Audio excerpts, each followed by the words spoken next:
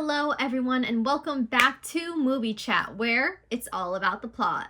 So I do apologize because I kind of went on pause from vlogging after New Year's, just because after New Year's I felt really exhausted for like a long period of time. I had originally filmed a vlog for the finale of Stranger Things Season 5, but because school was starting again, it was taking me a long time to edit, and so I never got a chance to post that video. We do have a different setup today, as you can see.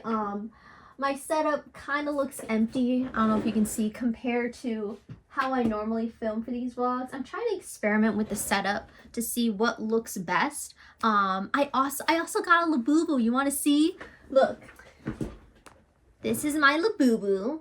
I've named him Harry, and he's going to be in all of our videos from now on. I'm thinking of having him hidden somewhere in the setup behind me for you guys to find. So I'm going to leave him out for today, but next time I'm going to hide him, and you guys are going to have to figure out where he is. And so now it's February, the month of Valentine's Day. Romance is in the air, and the girlies are going to watch their favorite rom-com and romance movies.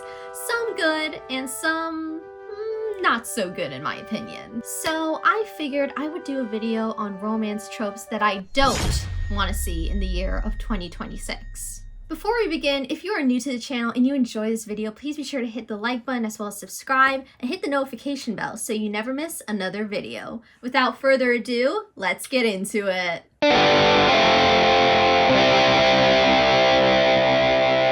Just to let you guys know, this is going to be somewhat of a rage/venting video, so if I get loud, just be prepared to lower your volume. So to start this off, I will say I feel like many modern romance movies nowadays are entering this new era of romance tropes in terms of relationship dynamics and how deep and complex they can go both emotionally and mentally. And this, I feel, for many romance movies creates this sort of gray area that many people watching find both relatable and somewhat toxic/dangerous. And I want to talk about some of those romance tropes today and why I personally don't like them. Starting off on the chopping block is the cheating trope.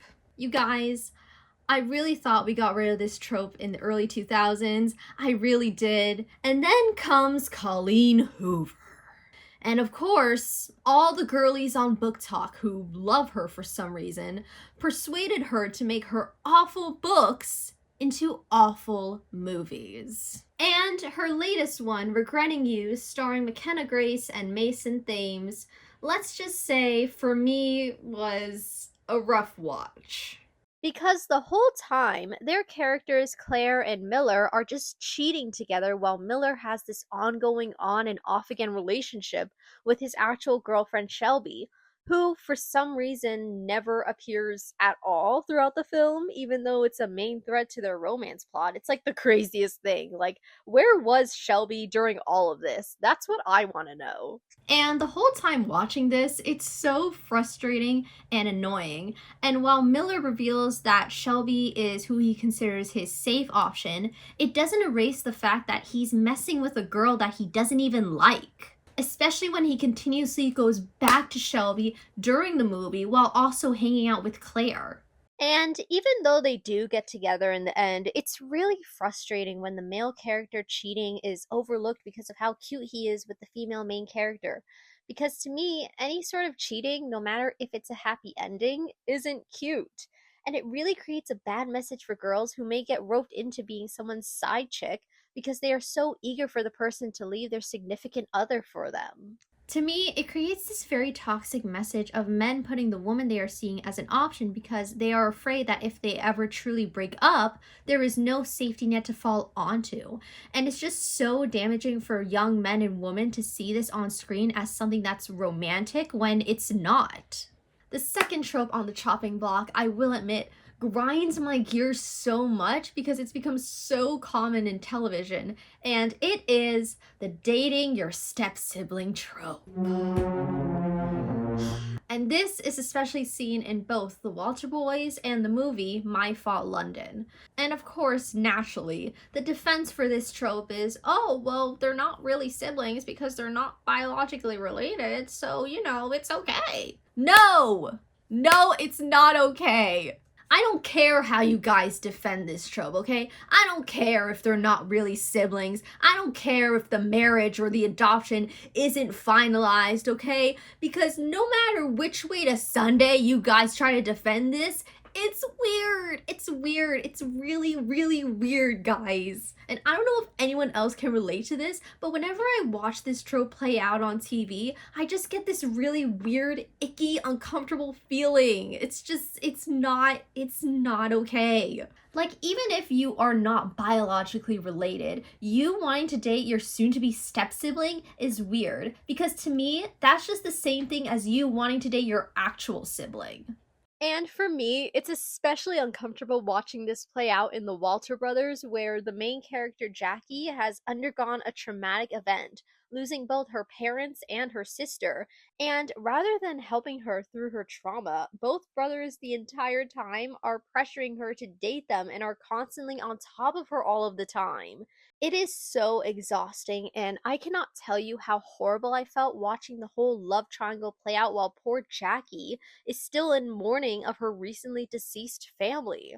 And this brings us to the third trope, the classic dating brothers trope. Look, we've seen this in The Summer I've Turned Pretty, we've seen this in The Walter Brothers, we've seen this in The Vampire Diaries, and I'm gonna be honest with you, I'm tired of it. Okay? I feel like this trope just stems from the writers wanting to have some dramatic love triangle to bring more tension to the show, and it's literally the worst because it damages the brothers' relationship so much, and it really does feel like poor writing. Yet no one ever seems to acknowledge that fact. And if this trope were two sisters instead of two brothers, people would hate it even more because of the competition and toxicity it creates. Yet that same toxicity and competition remains present in two brothers fighting over a girl as it does two sisters fighting over a boy. And what makes this truly upsetting is the fact that in the end, neither of the brothers make up, at least not truly. Because how can you make up when your brother cheats on the girl that you used to date and then he proposes to her just so that way he can still have her and then proceeds to punch you in the face for giving you the correct letter that your dead mother left you for you to read on your wedding day? It's just the writers ruining a good, wholesome relationship for the sake of unnecessary drama that easily gets resolved but is dragged throughout the entire storyline for no reason. And as seen with The Summer I Turned Pretty, it encourages this horrific back and forth between the brothers that is both mentally and emotionally exhausting. Continuing on the thread of The Summer I Turned Pretty is the last trope, which I like to call the growth abandonment trope, basically where the main character abandons their character growth, often in favor of pleasing the fandom or just the film or show having a happy romantic ending just for the sake of it. And The Summer I Turned Pretty isn't the only one with this trope, but it is one that I want to bring up today. In case you cannot tell, I have personal beef with this show, specifically with the ending for season 3. The way season 3 ends makes me so angry because Belly separating herself from both Conrad and Jeremiah and cousins allows her to reinvent herself. For the first time in her life, she sees herself apart from her romantic feelings for Conrad. She gets to go to Paris, make friends, have a life for herself that's her own. Her world is no longer surrounded by her love for Conrad, but is open for her to explore. And I know everyone was against the idea of Belly choosing Summer, but I was really hoping she would. And I was so upset at her throwing the life she built away to be with Conrad because it's the easier option. It was so upsetting. And in cases like these, just because something is the easier option doesn't mean it's the right option. And I feel like this ending was just Jenny Han appealing to the fan base of Team Bonrad. I feel like with this trope so commonly used, it presents women with only two options in life, which is to be independent and lonely, or to be in love and happy. But it's totally possible for women to be both independent and ambitious as well as in love. and their happiness is not dependent on whether or not they're in a relationship. Hence why to me it's so degrading when women in these films and shows give up the life they have to be with a man for the sake of it being an easier and happier life, especially when it comes at the cost of being able to explore yourself and your identity apart from a man. All in all, this is a new year, so I say let's make some new romance tropes that aren't toxic and leave the old ones behind. We don't need them. Please. Please. But anyways, thank you guys so much for watching this video. Please let me know which movie or movie trailer you guys want me to cover next in the comments below. If you enjoyed this video, please be sure to hit the like and subscribe button, and I'll see you guys next time.